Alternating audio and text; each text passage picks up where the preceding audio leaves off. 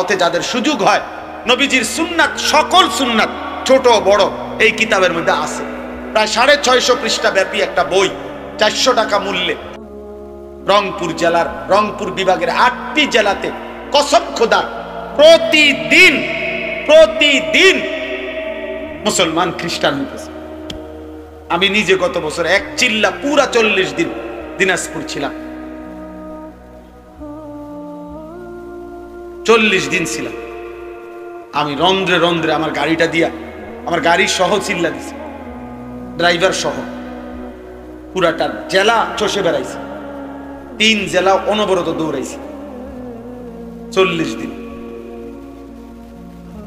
হুজুর আলহামদুলিল্লাহ 63টা জামাত, 950 মানুষ আল্লাহ রাস্তায়। কিন্তু আমি দেখছি সেখানে অগণিত, শুধু দিনাজপুর জেলাতে 500-র উপরে ছোট বড় গির্জা এবং চার্চ আছে। আমি এবার রমজানের ঈদের পরে 2 দিন কুড়িগ্রাম তালমনির হাট সফর করছিলাম। সেখানে আমি নিজ চোখে দেখছি, কসম খোদার, এমন 2 ভাইকে দাওয়াত দিছি, তারা খ্রিস্ট ধর্ম প্রচার করে, তারা আগে মুসলমান ছিল। আশ্চর্যের কথা হলো 2 জনের মধ্যে এক ভাই 7 বছর মসজিদে ইমামতি করত, এই কোরআন হাতে বলল। ও খ্রিস্টান, ও এখন খ্রিস্ট ধর্ম প্রচার করে। আমার নওজোয়ান আলেম, তাগড়া জওয়ান আলেম যারা, যুবকের কোনো রাত নাই, যুবকের কোনো দিন নাই। যুবক ইচ্ছা করে যদি কদ্দুর মেহনত বিশ্রাম নেয় তো বিশ্রাম নিল, নয়তো যুবকের কোনো রাত হয় না। যুবক চাইলে সারা রাতও মেহনত করতে পারে, যুবক পাই চাইলে সারা রাতও মেহনত করতে পারে। এই জন্য নওজোয়ান আলেম যারা আছেন, আজকের এই মুবারক মাহফিলে আপনাদেরকে বলি, আপনারা আরেকটু ফিকির করো এই ছেলেদের জন্য, কিশোরদের জন্য, নওজোয়ানদের জন্য, ওদেরকে ফেরাবার। যে যে যে দূর বললে হয়, কেউ বললে 10,000 হবে, আরেকজনে আসলে 1000 হবে, আমনে বললে একজনও তো শুনবে, অসুবিধা কথা বোঝেন নাই? আপনি একজন রে কন না, আমি কইলে শুনব কেরা, অমুক বক্তা আনতেইব না, একার সব বক্তা আনতেইব না, না সব বক্তা হইতেইব জরুরি না। আল্লাহর কথা বলতে হবে, এটা জরুরি। উম্মতকে ফিরাইতে হবে, এটা জরুরি। এই ছেলেদের দরকার, এরা যদি না ফিরে, এরা যদি সেজদা না দেয়, এরা যদি ফিরে না আসে, তাহলে আগামীর মাহাদির পক্ষে লড়বে কে? তার জালের বিরুদ্ধে লড়বে কে? বুড়ারা, 90 বছরের বুড়া চাচা যারা, কি যুবক বলো, নওজোয়ান, মাহাদির পক্ষে লড়বে বুড়ারা না? কে লড়বে বলো, কে লড়বে? আমি বলো, আমি লড়বো ইনশাআল্লাহ, ইনশাআল্লাহ। ফজরের সেজদা দাও, আমি ওয়াদা দিলাম ইনশাআল্লাহ, ফজরের সেজদা দিলে হয় তুমি, নয়তো তোমার বংশধর মাহাদির পক্ষে লড়বে ইনশাআল্লাহ। এটা হাদিসের বর্ণনা। ফজরের মুসল্লিরা মাহাদি এবং ঈসার সাথে সর্বশেষ দাজ্জালের বিরুদ্ধে শেষ লড়াই করবে যারা, এবং শেষ ইহুদিদের শেষ ব্যক্তিটাকে পাথরের আড়াল থেকে, গাছের আড়াল থেকেও টাইনা বাইর করে হত্যা করবে যারা, এই শেষ বাহিনী হলো ফজরের মুসল্লি। এটা কিতাবের, আমার কাছে কিতাব আছে। ফজরের মুসল্লি যারা, মাহাদির সৈনিক তারা। এই জন্য আজকে এই রাত গভীরে নিয়ত করো যে ফজরের নামাজ পড়বো ইনশাআল্লাহ। আমার জিন্দিগির একটা মেহনত, ফজর ক্যাম্পেইন। আমি এটা কাজ করি সারা বাংলাদেশে, জায়গায় জায়গায়। আমার অনেক ছেলে আছে যারা ফজর ক্যাম্পেইনের কাজ করে, মানে ফজরের নামাজের প্রচারণ। এইটাই মেহনত, এইটাই সংগঠন, এইটাই একটা দল। দলের মাকসাদ কি? ফজরের নামাজে মুসল্লি বৃদ্ধির আন্দোলন। এটা আমার শায়েখ দিচ্ছেন, আমারে বলছেন, আমার শায়েখ আল্লামা মুফতি মুশতাকুর নবী কাসিম হুজুর আমার এই জিম্মাদারি, মাওলানা এটা করবেন, কোনো ফিডাফিডি নাই, ঝগড়া নাই, ফজরের জন্য ডাকবেন। আমরা ইনশাআল্লাহ নওজোয়ান তোমাদেরকে বলি, একজন ছেলে সিদ্ধান্ত নিবা যে আমি ফজর পড়বো, আমার একজন বন্ধুকে ফজরের জন্য ডাকবো ইনশাআল্লাহ। 2 জন হইলে 4 জন হবে, 4 জন হইলে 8 জন হবে। হইতে পারে না ইনশাআল্লাহ? হইতে পারে ইনশাআল্লাহ। ফজরের নামাজে বিজয় আছে। ফাল মুগীরাতি সুবহা, আল্লাহ তাআলা বলছে যুদ্ধের ঘোড়া দুশমনের উপরে আক্রমণ করে ফজরের ওয়াক্তে। ফাল মুগীরাতি সুবহা ওয়াল আদিয়াতি যবহা ফাল মুরিয়াতি কদহা। এইটাও মজার তাফসীর। চলেন, রাত হয়ে গেছে। ওয়ালাকাদ খালাকনাল ইনসানা ওয়া না'লামু মা তুওয়াসওয়িসু বিহি নাফসু। এই আমি শেষ তরজমা বলি। আল্লাহ বলেন, বান্দা আমি মানুষকে সৃষ্টি করেছি। 2, আল্লাহ বলেন অন্তরের গভীরে যা আছে, তোমার অন্তরের যত কুমন্ত্রণা, গুনাহের মন্ত্রণা, ওয়াসওয়াসা, অন্তরের ভিতরে যা আমি সেটাও জানি। তাহলে বাইরের গুলা জানেনি, কথা বলে না? হাত দিয়ে, চোখ দিয়ে, কান দিয়ে, নাক দিয়ে গুনাহ হইলে আল্লাহ জানেনি? আল্লাহ বলছে আমি অন্তরের ভিতরে যেটা সেটাও জানি। 3, ওয়া নাহনু আকরাবু ইলাইহি মিন হাবলিল ওয়ারিদ। আল্লাহ তাআলা বলে, বান্দা তোমার শিরা উপশিরা, শরীরের উপরে পশম, এরপরে চামড়া, এরপরে গোশত, এরপরে রক্ত। এই রক্ত সঞ্চালন হয় শরীরের মধ্যে। কতগুলো শিরা উপশিরা আছে যেগুলোর মাধ্যমে স্যালাইনের তারের মতো সারা দেহে রক্ত সঞ্চালন হয়। এগুলোর কোনো একটা কোণা, একটা রগ ছিঁড়ে গেলে পুরা দেহের রক্তের সার্কুলেশন বন্ধ হয়ে যাবে, কিছুক্ষণ পরে লোকটা মারা যাবে। এইটারে বলে ওয়ারিদ। এই যেই রগগুলোর মাধ্যমে, ওই উপরের এগুলো না, রক্তের সাথে মিশ্রিত যেই রগগুলোর মাধ্যমে মানুষের দেহে রক্ত সঞ্চালন হয়, শিরা উপশিরা, আল্লাহ তাআলা বলেন ওইগুলো তোমার দেহের ভিতরে যত কাছে, আমি আল্লাহ তোমার তার চাইতে বেশি কাছে। ওয়া নাহনু আকরাবু ইলাইহি মিন হাবলিল ওয়ারিদ। আমি বান্দা তার চাইতে কাছে। ওয়া মা তাকুনু ফি শা'নিন ওয়া মা তাতলু মিনহু মিন কুরআনিন ওয়া লা তা'মালুনা মিন আমালিন ইল্লা কুন্না আলাইকুম শুহুদান। আল্লাহ বলে, বান্দা তুমি যখন যেখানেই থাকো না কেন, আমার কোরআন যেটুকুই পড়ো না কেন, তুমি যেই আমলই করো না কেন, বান্দা যখন তা করতে থাকো, আমি আল্লাহ তোমার সামনেই থাকি। ইজ তুফিদুনা ফি, আমি আছি তো বান্দা। আয়াহসাবু আল্লাম ইয়ারাহু আহাদ। আল্লাহ বলে, বান্দা আমার বান্দা কি ভেবেছে তাকে কেউ দেখে না? আমগরে কেউ দেখে না, দেখে না। কে? আরো জোরে বলো, আরো জোরে বলো, জোরসে বলো, আল্লাহ। ইদ ইয়াতালাক্কাল মুতালাক্কিয়ানি আনিল ইয়ামিনি ওয়া আনিশ শিমালি কাঈদ। আল্লাহ বলেন আমি তো আছি বান্দা, সাথে সাথে ডানে বামে 24 ঘন্টা 2 জন ফেরেশতা আছে। আছে কিনা? মা ইয়ালফিজু মিন কাউলিন ইল্লা লাদাইহি রাকিবুন আতীদ।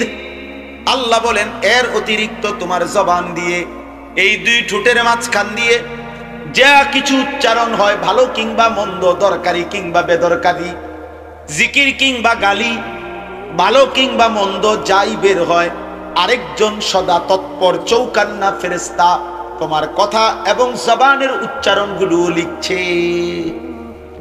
এই 5টা আল্লাহ বলেন আমি তোমাকে বানিয়েছি। আমি তোমার অন্তরের ভেতরেরটাও জানি। আমি তোমার ভিতরের রগ ও রেশারও কাছে। আমি আল্লাহর 2 জন ফেরেশতা ডানে বামে আছে। আমি আল্লাহর আরেকজন ফেরেশতা তোমার জবানের উচ্চারণ লেখে।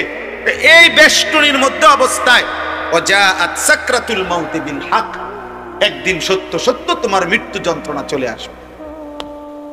কামে লাগাইলেও আসবে, নষ্ট করলেও আসবে। যালিকা মা কুনতা মিনহু তাহিদ, এই মৃত্যু থেকে তুমি পলায়ন করেছিলে। অতএব আল্লাহ বলেন তুমি কামে লাগাও আর নষ্ট করো, তুমি হায়াত আমলে কাটাও আর নাফরমানিতে কাটাও। আমার এই প্রহরা, আমার এই ব্যবস্থাপনা, আমার ফেরেশতাদের এই লেখনী, আমার জবানের এই ফেরেশতার এই লিখনির মাঝখান দিয়েই তোমার এই মৃত্যু যন্ত্রণা শুরু হবে। আর তুমি মরে যাবা, কবরে যাবা। একদিন হাসরের ময়দানে তোমার এই জিন্দেগির ভালো কিংবা মন্দের হিসাব হবে। আর তুমি তখন জানতে পারবা যে তোমার জিন্দেগি কি করা উচিত ছিল, কি করা উচিত ছিল না। কিন্তু সেদিন বুঝবা লাভ হবে। হবে কথা বলে না হবে? ইয়াউমা ইযিন ইয়াতাযাক্কারুল ইনসান। হযরত মাওলানা মুফতি রশিদ আহমদ লুধিয়ানভি রাহমাতুল্লাহি আলাইহি, বিশ্ববিখ্যাত ফতোয়ার কিতাব আহসানুল ফতোয়ার লেখক, অনেক বড় বুজুর্গ আলেম ছিলেন, মুজাহিদ ছিলেন। মুফতি রশিদ আহমদ লুধিয়ানভি রাহমাতুল্লাহ আলাইহির বয়ানের মধ্যে আমি পড়ছি খুতবাতুর রশিদ, ওইখানে লিখছে যে হযরত বলেন যে কথাগুলো আপনাদেরকে বলছি, উসিকুম ওয়া ইয়া, আপনাদেরকেও আমাকেও, হযরত বলেন নাহুর কায়দার কারণে উসিকুমের কুম আগে বলতে হইছে, ওয়া ইয়াকে পরে বলতে হইছে, গ্রামারের কারণে। কারণ নয়তো এটা উচ্চারণ করতে গিয়ে নিজের কথাটা আগে বলতাম, এরপরে বলতাম আপনাদের কথা। এই জন্য বাপ, আমি অল্প একটু সময় সামান্য কিছু কথা আরজ করতে চাই। আলহামদুলিল্লাহ, আমাদের মাথার তাজ যারা, তারা আজকের এই মাহফিলে বয়ান করছেন। খতিব আজম মুনাজিরে জামান আল্লামা নুরুল ইসলাম অলিপুরি দামাত বারাকাতুহু যে মজমায় বয়ান করছেন, এরপরে আমগো মতো আঙ্গাল কাঙ্গাল ওইখানে বয়ান করা মানায়। ছোট্টবেলার থেকে ছাত্র জীবন, তালেবে এলেমের পুরাটা জীবন, যতদিন ছাত্র ছিলাম সবচেয়ে বেশি আকাঙ্ক্ষা করতাম যে অলিপুরি সাহেব হুজুরের একটা বয়ান শুনবার জন্য। আমি হুজুরকে নিজে বলছি যে হুজুর আজকে কত বছর বয়ান করে? ওই যে কমপক্ষে 52 বছর বয়ানই করে। বয়স কত, শুরু করছে কখন? সুবহানাল্লাহ। আজ থেকে 50 বছর আগেও মনে হয় যেই আওয়াজ, যেই শব্দ, যেই বিশ্লেষণ, 50 বছর পরেও একই শব্দ, একই উচ্চারণ, একই বিশ্লেষণ, অলিপুরি অলিপুরি। আমি এই জন্য প্রায় বলি আল্লামা নুরুল ইসলাম অলিপুরি দামাত বারাকাতুহু তিনি একটা ব্র্যান্ড, মানে এই নামটাই একটা ব্র্যান্ড। হযরত যা বলেন তা কখনোই অগোছালো হয় না, কখনোই অগোছালো হয় না। হযরত যা বলেন তা শেষ পর্যন্ত, শেষ মিনিটে এসে দেখলে দেখা যায় উনি শুরুর থেকে যেখানে যেখানে কথা ছিটাইছিলেন সবগুলো মণিমুক্তার মতো, মালার মতো আবার মিলাইয়া দেয়। এটা আমি উনার মধ্যেই একমাত্র দেখছি। আমার জীবনেও আমি বহু বক্তার ওয়াজ শুনছি, কিন্তু হয়তো উনার 2 কথা 3 কথা ছুটে যায়, কথার তালে উনি হয়তো এখান থেকে এটা প্রসঙ্গটাই বাদ দিয়ে লাইছে। কিন্তু হুজুরের সব কথা শুরুর থেকে মনে হয় উনি বাংলাদেশ, ভারত, চীন, জাপান, ইরান, তুরান বহুত জায়গায় গেছে গা, এগুলা কেমনে হুজুরে গোলায় আনবো। ঠিক এই শেষের 10 মিনিট কেউ মনোযোগ দিয়ে শুনলে বুঝে যে হযরত সব কথারে একসাথ করে ফেলছে। আল্লাহ তাআলা এমন মহান ব্যক্তিকে আমাদের মাথার উপরে আফিয়তের সাথে দীর্ঘায়িত করে। আমার পরম শ্রদ্ধেয় উস্তাদ, ছোট্টবেলায় যার হাতে আমরা বড় হইছি, পড়ালেখা করছি, আজকে যিনি সারা বাংলাদেশের মুরব্বী, সারা বাংলাদেশের লক্ষ লক্ষ কোটি কোটি মুসলমান উলামা, তাদের অভিভাবক, হেফাজতে ইসলাম বাংলাদেশের সংগ্রামী মহাসচিব, দুর্বল অসুস্থ অবস্থায় যেন যিনি কণ্ঠে উম্মতের পক্ষ হয়ে দুশ্মনের বিরুদ্ধে, বাতিলের বিরুদ্ধে যিনি কথা বলেন, আমাদের সেই পরম শ্রদ্ধেয় উস্তাদ আল্লামা শায়েখ সাজিদুর রহমান দামাত বারাকাতুহুল আলিয়া হযরত এসেছেন। আরো শ্রদ্ধেয় অনেক উলামায়ে কেরাম কথা বলছেন। তাইলে আমি শুধু একটা প্রসঙ্গ অল্প একটু প্রিয় নওজোয়ান ভাই বাবারা সবাইকে স্মরণ করায়, আমাকে সহ মনে করাইতে চাই। এই উদ্দেশ্যে আমি কোরআনুল কারীমের 26 নম্বর পারা, কোরআনুল কারীমের 50 নম্বর সূরা, সূরা কাফ, এই সূরা কাফ, এই সূরার 7টি আয়াত 16 নম্বর থেকে 22 নম্বর, এই 7টি আয়াত তেলাওয়াত করেছি। এগুলোর তরজমা আপনাদের সামনে সংক্ষেপে শুনাইতেছি।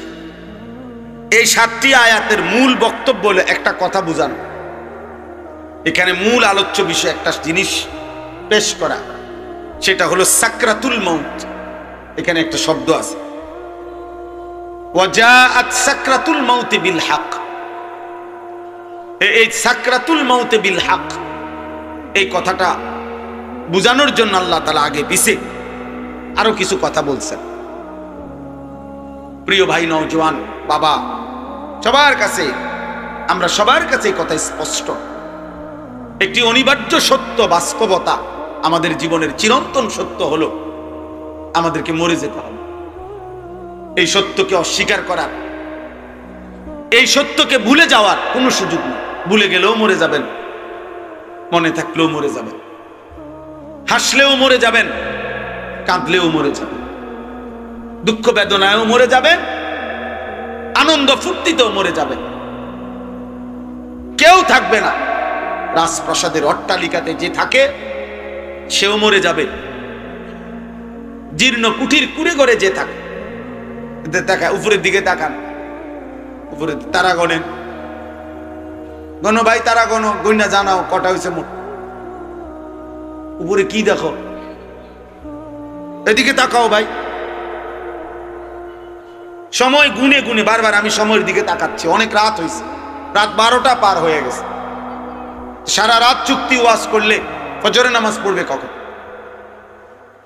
তাহলে এই জন্য বললাম, একটি অনিবার্য সত্য যে হাসি কিংবা কান্না, আনন্দ কিংবা বেদনা, আমাদেরকে মরে যেতে হবে, আমাদেরকে মৃত্যুবরণ করতে হবে। সমস্ত আউলিয়া, বুজুর্গ, পীর, মাশায়েখ তাসাউফ তাজকিয়ার যত মেহনত করে, আধ্যাত্মিকতার যত মেহনত করে, মানুষের অন্তর পরিশুদ্ধ করার যত মেহনত করে, তন্মধ্যে সব তরিকা, সব আউলিয়া বুজুর্গদের একটি সবক আছে মুরিদদের প্রতি। অনেকগুলো সবকের মধ্যে এটা একটা সবক, যে মৃত্যুর মুরাকাবা। এটা সব বুজুর্গদের একটা সবক, যে মাঝে মাঝে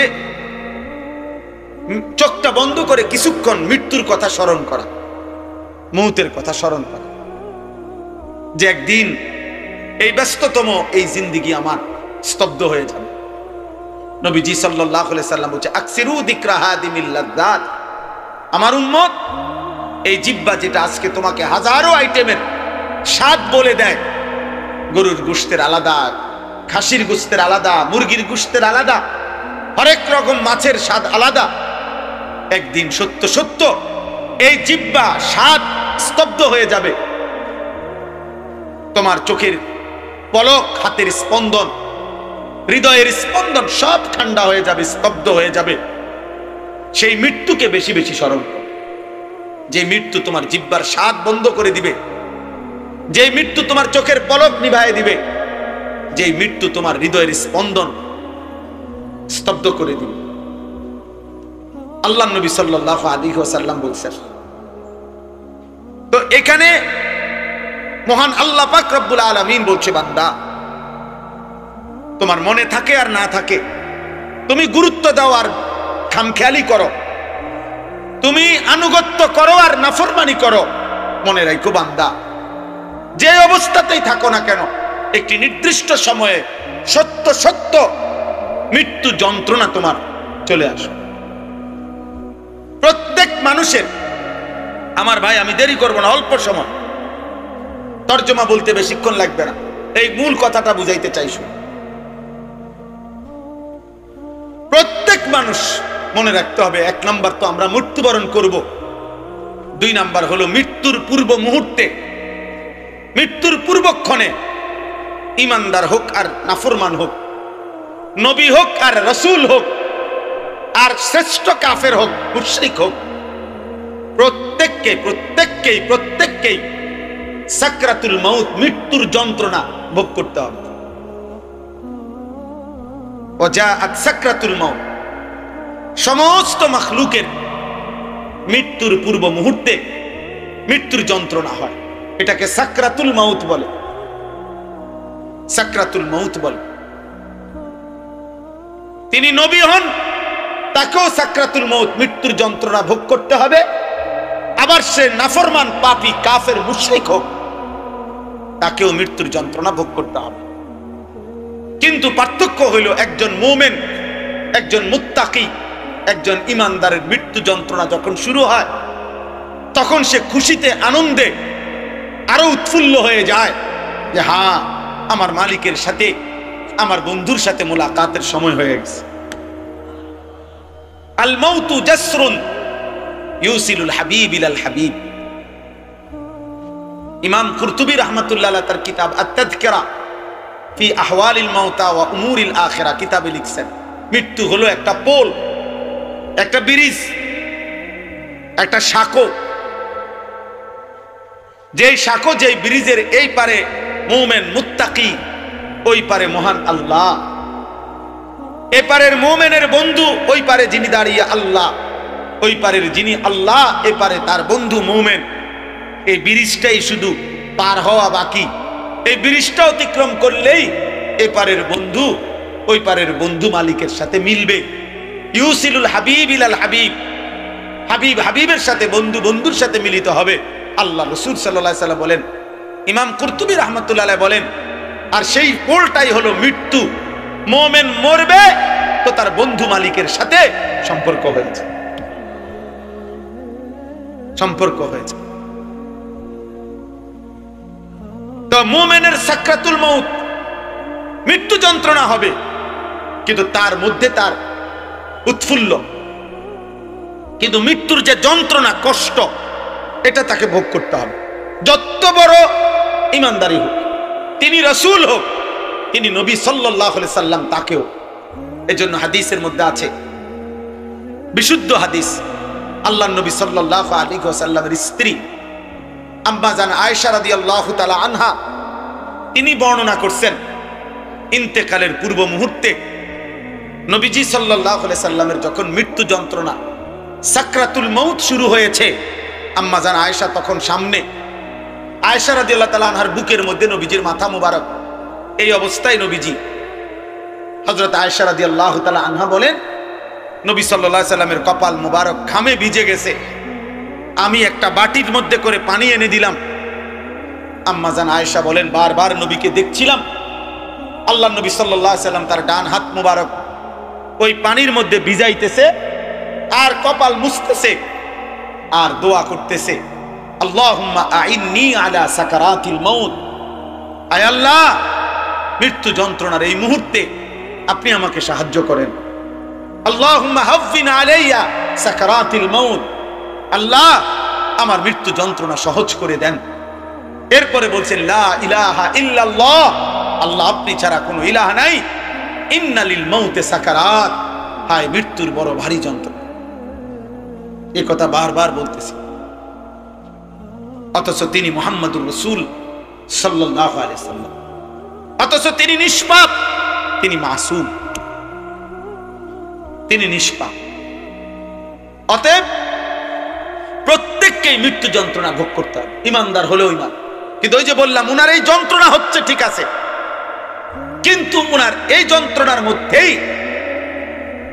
তিনি রব্বুল আলামিনের মুলাকাতের স্বাদ পাচ্ছিলেন।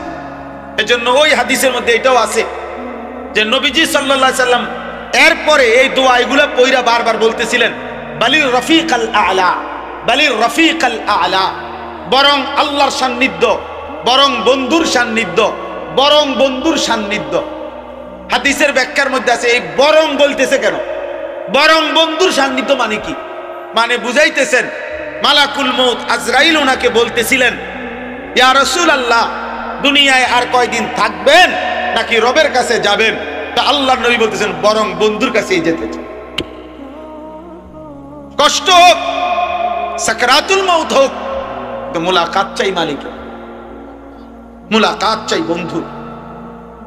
এই জন্য আমরা কিতাবে পড়ছি, হযরত ইব্রাহিম আলাইহিস সালাম, উনাকে মালাকুল মউত আজরাইল আসছে, আয়েশা বলছে, আপনার জান কবজ করতে চাই, আপনি অনুমতি দেন।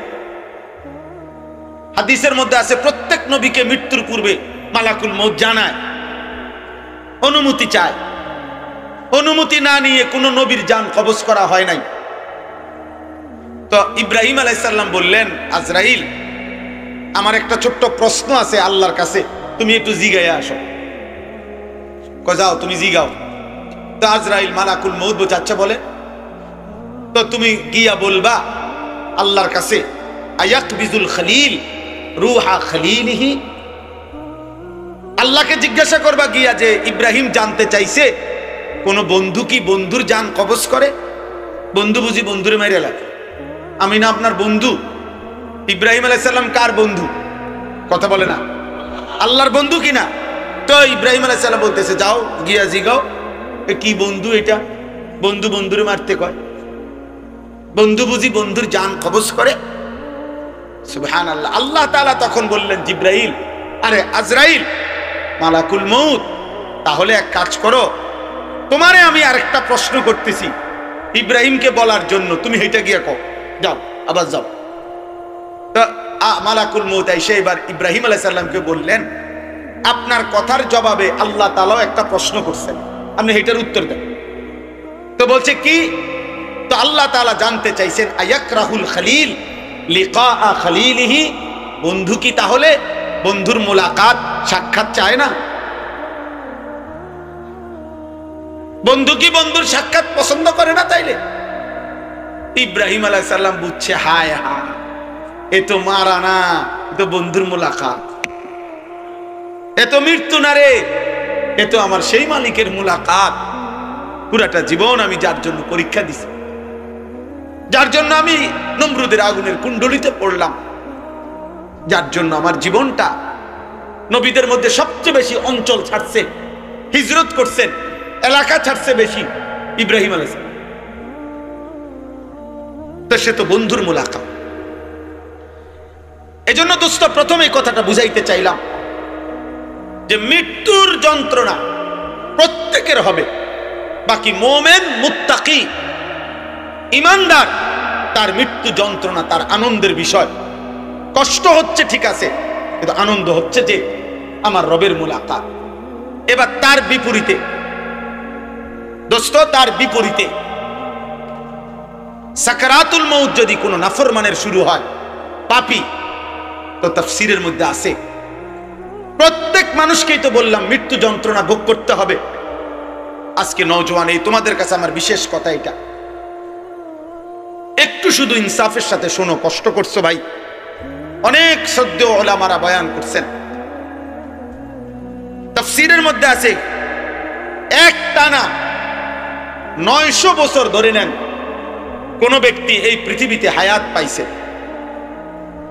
আর 900 বছর 950 বছর হায়াত পাওয়া এই পৃথিবীতে কারো উদাহরণ আসেনি? নাই। কে? নূহ আলাইহিস সালাম। কথা বলে না?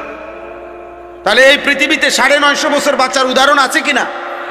তো উদাহরণ তো আছে, আদম আলাইহিস সালাম।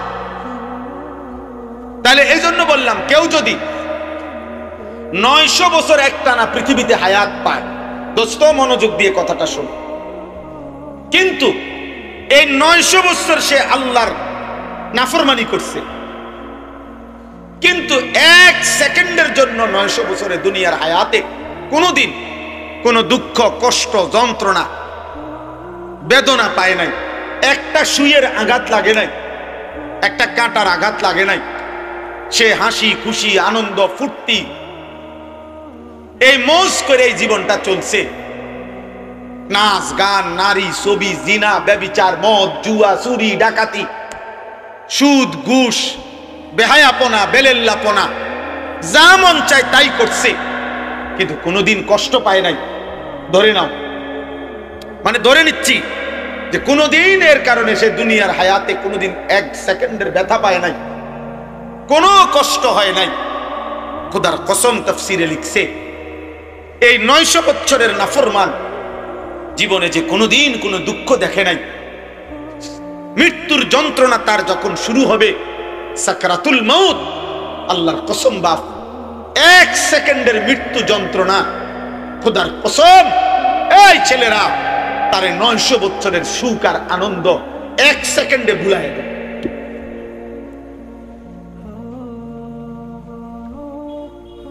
কবরের আযাব পরে, জাহান্নামের আযাব পরে, হাসরের আযাব দোস্ত আমার পরে, এগুলো তো আছেই সামনে। কিন্তু 1 সেকেন্ডের মৃত্যুর যন্ত্রণা, এখনো জান কবজ হয় নাই, শুধু মৃত্যুর যন্ত্রণা শুরু হয়েছে। নাফরমান 1 সেকেন্ডের মৃত্যু যন্ত্রণায় 1000 বছরের আনন্দ ভুলে যাবে। আর কোনোদিন মনে পড়বে না তার যে জীবনে সে কোনোদিন সুখ দেখছে কিনা, সুখ দেখেছে কিনা। কাল্লা ইজা বালাগাতিত তারাকি ওয়া কিলা মান রাক ওয়া যান্না আন্নাহুল ফিরাক ওয়ালতাফাতিস সাকু বিস-সাক ইলা রাব্বিকা ইয়াওমা ইদিনিল মাসাক। আল্লাহ বলেন নাফরমানের জান কবজের সময় মালাকুল মউত আজরাইল কলিজার থেকে তার রূহটা টান দিয়া ছিঁড়ে ফেলবে। আর ছিঁড়ে ফেললেই কণ্ঠনালীর কাছে আইসা, তারাকি মানে হলো কণ্ঠনালীতে আইসা বিঁধে যাবে, রূহটা আটকাইয়া যাবে। এরপরে খোদার কসম তাফসীরের মধ্যে লিখছে, নাফরমানের জান রূহ মালাকুল মউত আজরাইল টাইনা হেসরাইয়া কোন কাবাব, কোন শিকের মধ্যে যদি গোশত লাগানো থাকে, সেখান থেকে যদি শেষ গোশতের অংশগুলো টাইনা টাইনা সিরা সিরা বাহির করে, কোন গরম কিছুর মধ্যে যদি তুলা লাগে তো তুলা যদি টাইনা টাইনা বের করে, কোন ব্যান্ডেজ থেকে যদি তুলা ছিঁড়ে ছিঁড়ে বের করে, আল্লাহর কসম নবী বলছে উম্মত মালাকুল মউত আজরাইল নাফরমানের রূহটা শরীর থেকে এইভাবে টাইনা টাইনা ছিঁড়া ছিঁড়া বাইর করে। ফালাউলা ইযা বালাগাতিল হুলকুম ওয়া আনতুম হিনাইযিন তানদুরুন ওয়া নাহনু আকরাবু ইলাইহি মিনকুম ওয়ালাকিন লা তুবসিরুন ফালাউলা ইন কুনতুম গায়রা মাদিনিন তারজিউনাহা ইন কুনতুম সাদিকিন। আল্লাহ বলে নাফরমানের কণ্ঠনালীতে যখন তার রূহটা আইসা আটকাইয়া যাবে, চারিপাশের আত্মীয় স্বজন তখন দেখতে থাকবে। আল্লাহ বলেন আমিও তো দেখতেছি, আমিও তো সামনেই আছি। আল্লাহ তখন চ্যালেঞ্জ করে বললেন, হে নাফরমান পাপী, তোর আত্মীয় স্বজনকে বলো না এই মুহূর্তে তোমারে মালাকুল মউত আজরাইল থেকে ফিরাইয়া রাখতে।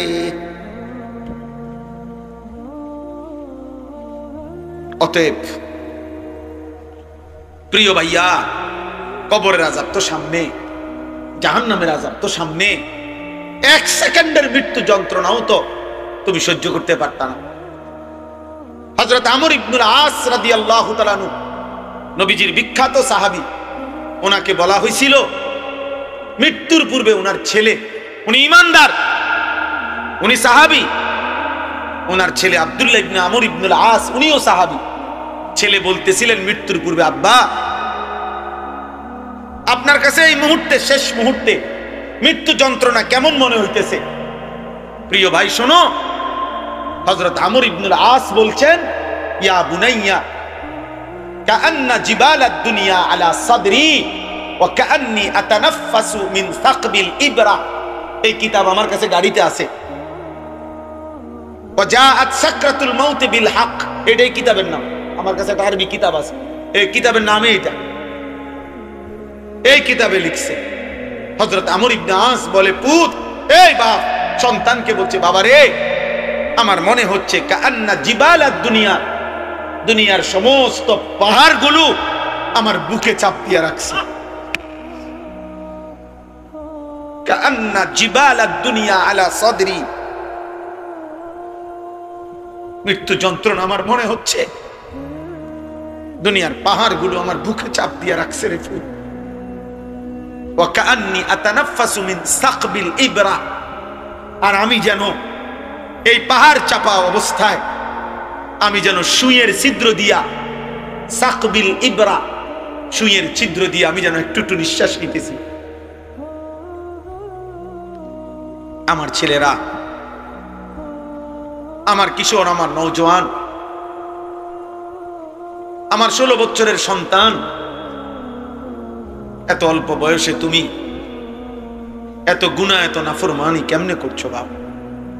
তুমি কেমনে সহ্য করবে আব্বা? আমার 16 বছরের সন্তান আছে। আমার প্রথম সন্তানের বয়স 16 বছর বরাবর। এই জন্য 16 বছর বয়সী ছেলে তুমি আমার সন্তান। তার চাইতে একটু বয়স্ক, একটু বেশি যাদের বয়স 18, 20, 22, 25, প্রিয় সন্তান তুমি আমার ছোট ভাই। তুমি বলো গত 365 দিনে তোমরা কোনদিন যারা ফজরের নামাজ পড়ো নাই, আমার সন্তান, কেমনে তুমি মৃত্যুর এই যন্ত্রণা সহ্য করো? বলো ভাই।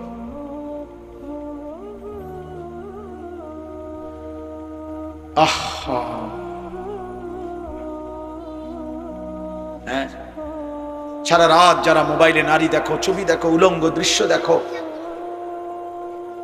এত নারী, এত ছবি, এত জিনা, এত বেবিচার, এত অসভ্যতা, নিজের হাত যারা নিজের লজ্জাস্থানে গুনাহের কাজে ব্যবহার করছো, কি করছো বাপ? আমি যে এর চাইতে বেশি আর বলতে পারছি না। আমি যদি একলা পাইতাম যুবক তোমারে, আমি একলা আরো অনেক কিছু বলতাম। আমার উস্তাদ বসা, মুরব্বী বসা, ওলামা বসা, বয়স্ক বসা। আমার জিন্দিগির ফিকির এটা, আমার রাত দিনের মেহনত এটা। মুসলমানের কিশোর নওজোয়ান ফিরবে। বলো ভাইয়া, তোমরা কি হিসাবে? অগণিত ছেলের চেহারা দেখলেই বোঝা যায় বাপ। আজকের সারা দিনে যারা এক ওয়াক্ত নামাজ পড়ো নাই, হায় মুসলমানের সন্তান, কেমনে পারলা? তুমি কি মরবা না? তুমি কি কবরে যাইবা না বাপ? এই পৃথিবীর কত রাজা বাদশাহ কবরে চলে গেছে, তুমি কি কোনোদিন কবরস্থান দেখো নাই? তুমি কারো জানাজা পড়ো নাই? তুমি কি কোনো মানুষের লাশ দেখো নাই? আমি 5 দিন আগে আমার জ্যাঠার সাথে কথা বলে আসছি, বাড়িতে খোঁজ খবর নিছি। 5 দিন পরে আমার জ্যাঠা মারা গেছে। আমি জ্যাঠার দিকে তাকাইয়া বাড়িতে গিয়া দেখছি, আর আমার এই সেই মানুষটা যার সাথে আমি কথা বলছি, উনি নাই, চুপ হয়ে গেছে, হাত নড়ে না, পাও নড়ে না। আমি জানাজা পড়াইছি আমার জ্যাঠার, তো জানাজার আগে আমি আমার জ্যাঠার কবরটা খালি, তখন কবরে রাখে নাই। আমি কবরের দিকে তাকাইয়া অনেকক্ষণ, 8-10 মিনিট হইব, আমার বাবার কবরের পাশে আমার জ্যাঠার কবর। আমার আব্বা আগে ইন্তেকাল করছে। আমার জ্যাঠার কবরের দিকে তাকাইয়া অনেকক্ষণ খালি কবরের দিকে তাকাইয়া ছিলাম। তাকাইয়া আমার মনে হইল কবর যেন আমারে ডাক দিয়ে বলছে, আনিস,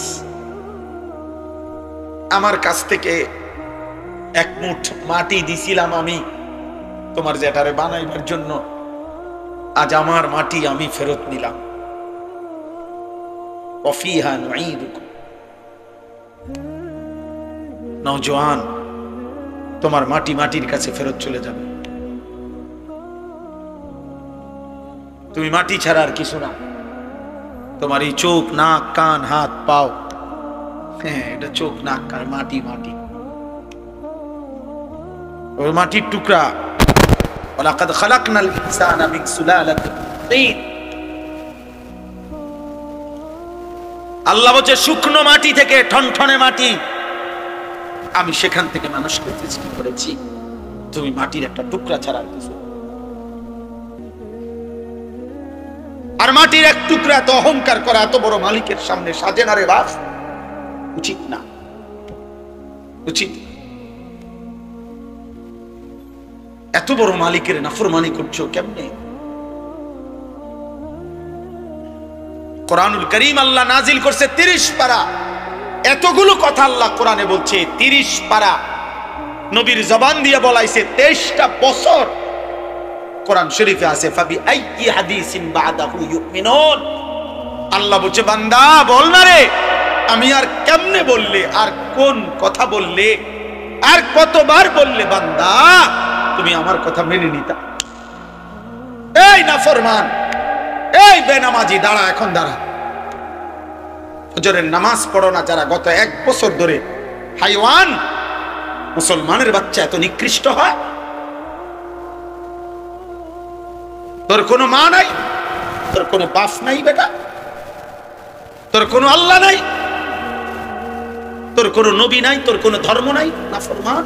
জীবন মানে শুধু ভাত, জিন্দিগি মানে শুধু ভাত, জীবন মানে শুধু ঘুম, জীবন মানে শুধু পেশাব পায়খানা, জীবন মানে শুধু লজ্জাস্থানের চাহিদা পূরণ।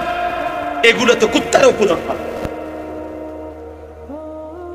এই নাফরমান, খানা তো কুত্তাও খায়, ঘুম তো কুত্তাও যায়, পেশাব পায়খানা তো কুত্তারও হয়, লজ্জাস্থানের চাহিদা তো কুকুরও পূরণ করে। কুকুরের বাচ্চা হয় না? কথা বলে না? কুত্তার বাচ্চা হয়নি তো কুকুরের বাচ্চা হয়, মানেই তো তার চাহিদা পূরণ না হইলে বাচ্চা হয় কেমনে? তো তুমি এটা কি ভাবছো বাপ? এক ওয়াক্ত নামাজও পড়তা না, কেমনে বাঁচবা? ফাকাইফা তাত্তাকুনা ইন কাফারতুম ইয়াওমান ইয়াজালুল বিলদানা শিবা। আল্লাহ বলে, বান্দারে আমার, কেমনে রে বান্দা এত নাফরমানি করছো?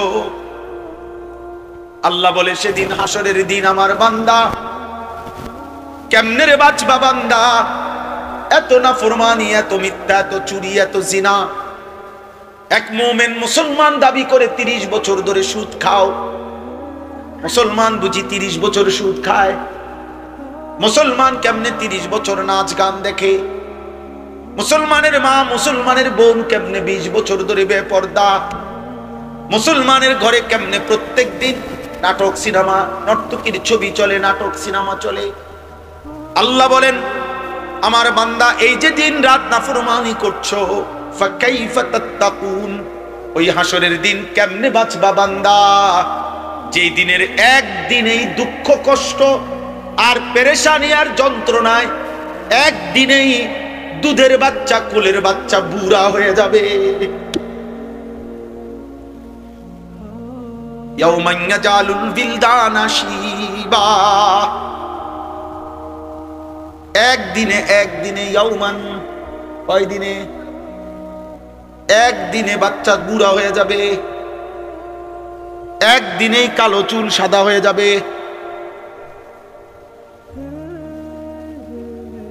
খামখেয়ালি করো না বাপ, শেষ কথা শেষ।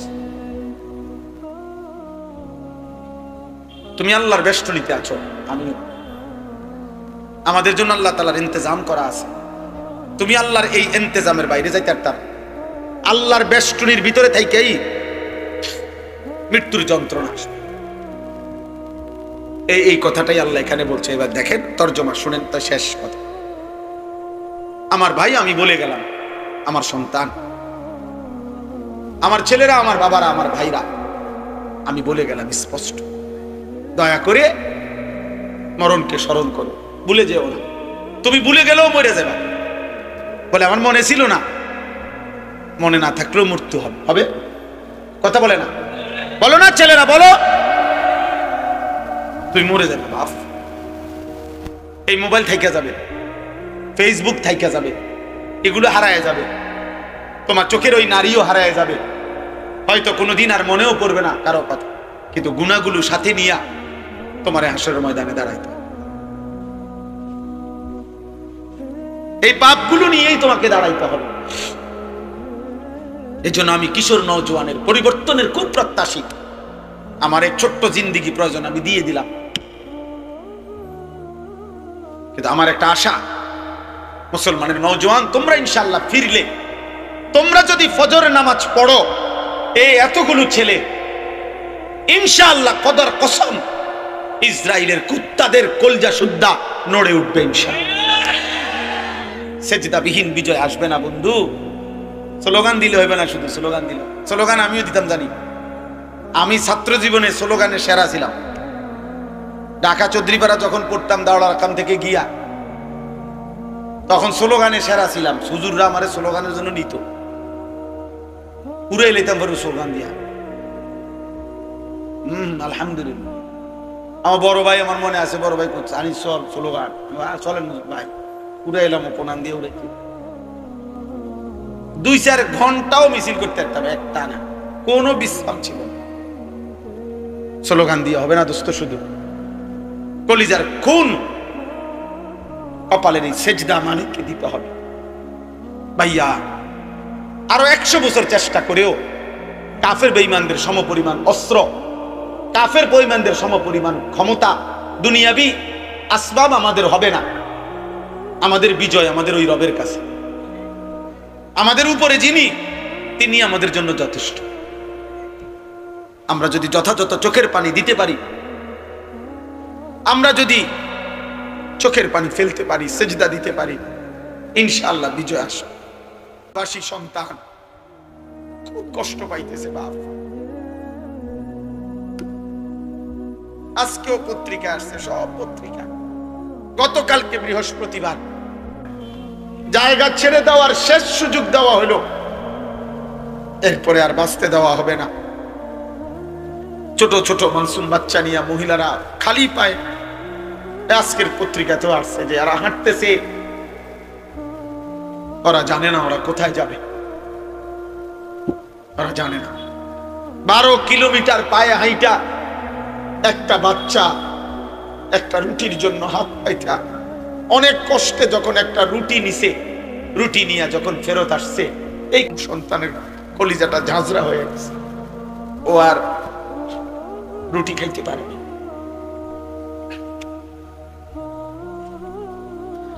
আর তোমরা নারী দেখো, ছবি দেখো, তোমরা আর সেজদা দিও না, তোমরা উলঙ্গ দৃশ্যই দেখো। তোমাদের আর মোবাইলের নেশাই গেল না, তোমাদের চুলের ফ্যাশনই শেষ হইল না, তোমরা তোমাদের বন্ধুদের আড্ডাই শেষ। তোমরা মনে করছো ইবলিস শয়তান তোমার ঘরে বলছে তোমাদের বিপদ হবে না। বিপদ শুধু ফিলিস্তিনের, বিপদ শুধু রোহিঙ্গাদের, আমগো কিচ্ছু হইতো না। আমরা সবাই জোনায়েত বাগদাদি, আমরা বাইজিদ বুঝতে। আমাদের মানচিত্রে ওলামায়ে কেরামকেও বলি, আমাদের মানচিত্র বাংলাদেশের আরেকবার তাকাই দেখেন, আজকে দেখেন আমাদের মানচিত্রে পার্বত্য চট্টগ্রাম সহ কক্সবাজারের এই সাইড, এটা আলগা এরকম। এটা যদি আমি একটা কেচি দিয়া শুধু কাটে, এটা আমি ফরে যাবে, কেচি দিয়া কাটলে যেরকম আলাদা হয়ে যাবে। আমাদের পার্বত্য চট্টগ্রামকে যেই কোনো মুহূর্তে কাইটা ফেলা, আলাদা করে দেওয়া। এই যে কয়েকদিন টানা খাগড়াছড়িতে রক্তের বন্যা বইতেছে, বাংলাদেশে বাংলাদেশ কোন কারফিউ, আর্মি, সেনাবাহিনী কিছু দিয়ে পারতেছে না, বুঝছেন? কোন বিবেকবান উত্তরবঙ্গের খবর নিয়েন। রংপুর জেলার, রংপুর বিভাগের 8টি জেলাতে কসম খোদা প্রতিদিন মুসলমান খ্রিস্টান হইতেছে। আমি নিজে গত বছর এক চিল্লা পুরা 40 দিন দিনাজপুর ছিলাম, 40 দিন ছিলাম। আমি রন্ধ্রে আমার গাড়িটা দিয়া, আমার গাড়ি সহ চিল্লা দিছে, ড্রাইভার সহ পুরাটা জেলা চষে বেড়াইছি, 3 জেলা অনবরত দৌড়াইছি 40 দিন। হুজুর আলহামদুলিল্লাহ 63টা জামাত কাকরাইলে, 950 মানুষ আল্লাহ রাস্তায়। কিন্তু আমি দেখছি সেখানে অগণিত, শুধু দিনাজপুর জেলাতে 500-র উপরে ছোট বড় গির্জা এবং চার্চ আছে। আমি এবার রমজানের ঈদের পরে 2 দিন কুড়িগ্রাম তালমনির হাট সফর করছিলাম, সেখানে আমি নিজ চোখে দেখছি, কসম খোদার এমন 2 ভাইকে দাওয়াত দিছি, তারা খ্রিস্ট ধর্ম প্রচার করে, তারা আগে মুসলমান ছিল। আশ্চর্যের কথা হলো 2 জনের মধ্যে এক ভাই 7 বছর মসজিদে ইমামতি করত, এই কোরআন হাতে বলল, ও খ্রিস্টান, ও এখন খ্রিস্ট ধর্ম প্রচার করে। আমার নওজোয়ান আলেম, তাগড়া জওয়ান আলেম যারা, যুবকের কোনো রাত নাই, যুবকের কোনো দিন নাই। যুবক ইচ্ছা করে যদি কদ্দুর মেহনত বিশ্রাম নেয় তো বিশ্রাম নিল, নয়তো যুবকের কোনো রাত হয় না। যুবক চাইলে সারা রাতও মেহনত করতে পারে, যুবক চাইলে সারা রাতও মেহনত করতে পারে।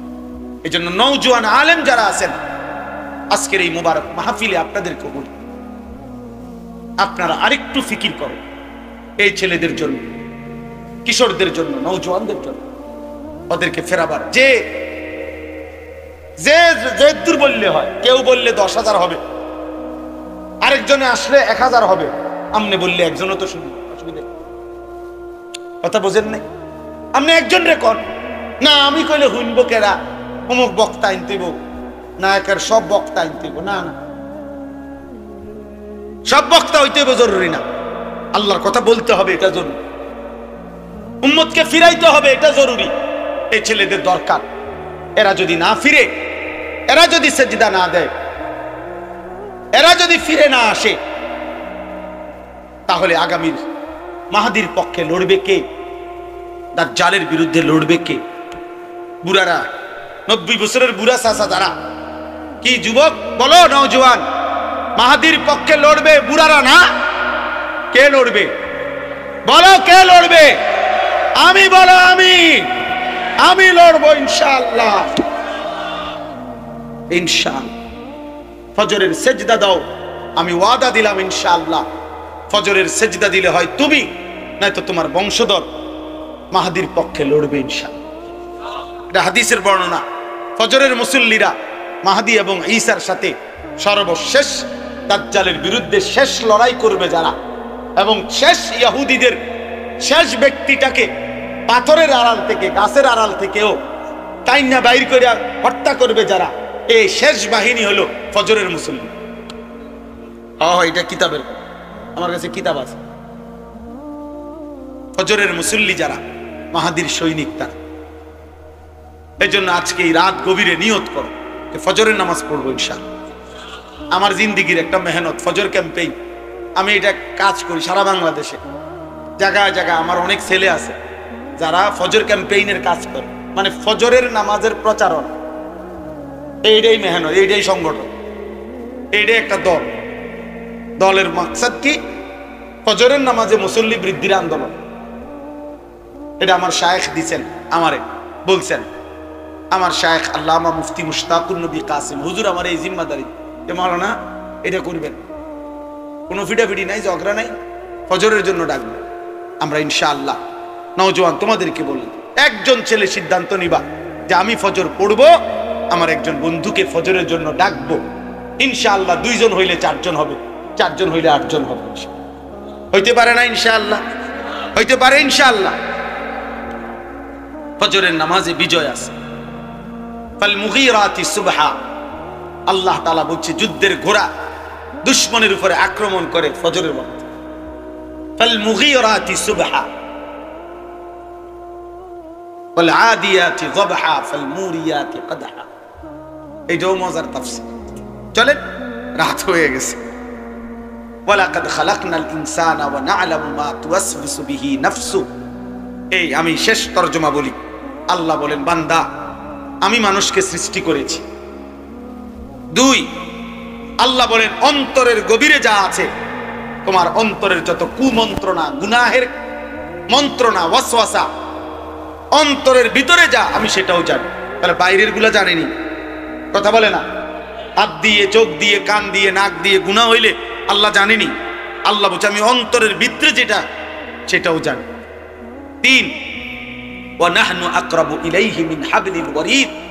আল্লাহ তাআলা বলে, বান্দা তোমার শিরা উপশিরা, শরীরের উপরে পশম, এরপরে চামড়া, এরপরে গোশত, এরপরে রক্ত। এই রক্ত সঞ্চালন হয় শরীরের মধ্যে।